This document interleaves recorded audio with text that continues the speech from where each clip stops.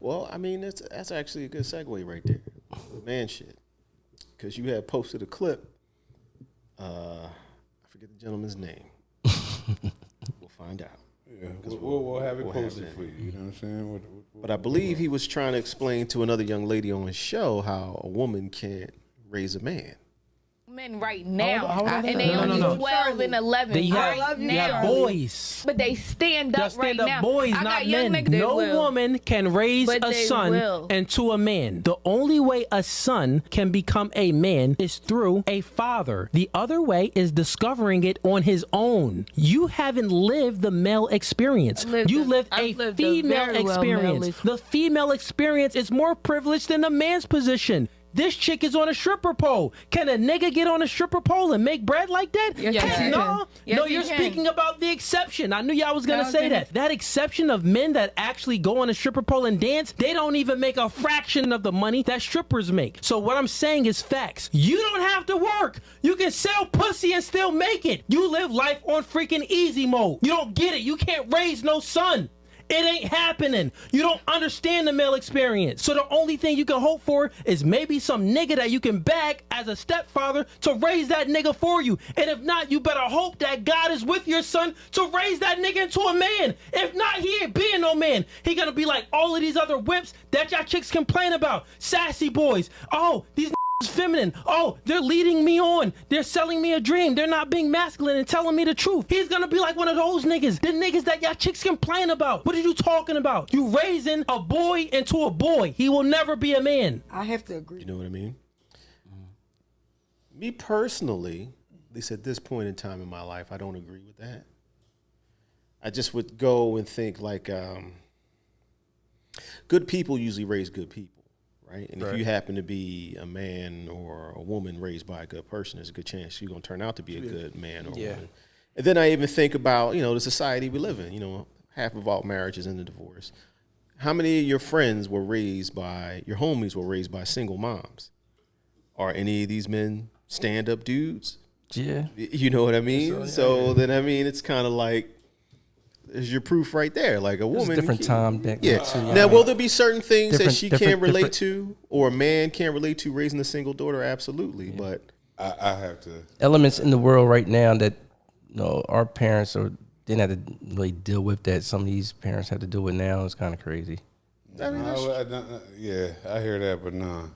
I gotta come to you and pause on the other side of that, coming from, literally just my mom. See, what happens is, I think he mentioned in there too, is it works out when that boy has different type of thorough male role models in his life. It doesn't work out when If he has don't. none. If he has none, that's when the shit is fucked up, because it's still shit she can't help out and deal with at a certain point because of that. This I know. Like I'm actually was just thinking about like 30 years ago. This is around the time when I was like 15. And this was like my wild out state where I left the crib and was like for a moment staying at my man Lowe's crib, you know what I'm saying, till his mom kicked me out. Then I was up on Nedro Ave, you know what I'm saying? wait, why his mom kick you out? Because I was stretching. Oh, to stay too long? Not even stretching to stay too long. Like, nigga, I said be home at 7 o'clock. You want to be trying to stroll in 7:30, like, you know what I'm saying? and you a guest. Dang, you breaking the rules at other people's cribs too? That's why you at my house You know now. what I'm saying? Yeah, like, you want some shit? No, Dwayne, you got to go. Right. He was just Khalil, tell your friend he got to go. So Los in the house.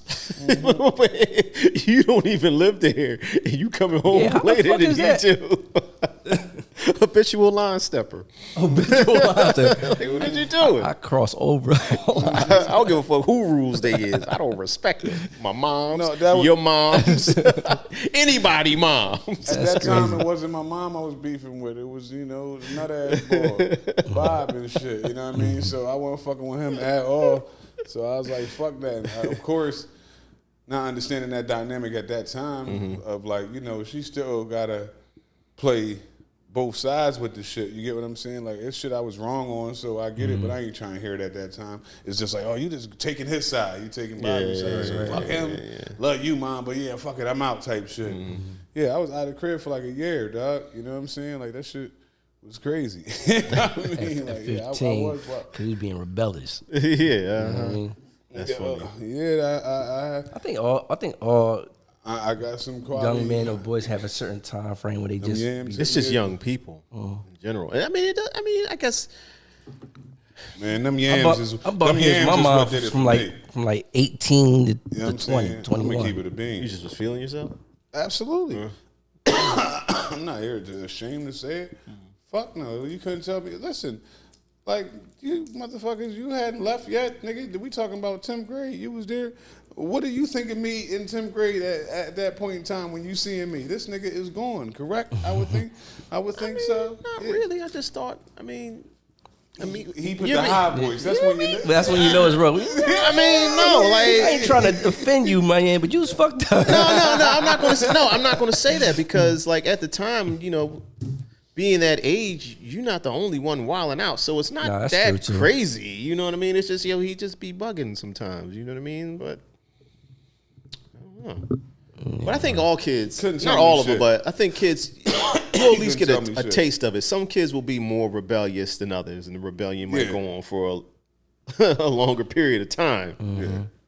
But I believe it's just a phase that they all go through at some point. And I guess your phase probably was, I don't think I ever really had like a real rebellious type phase like that.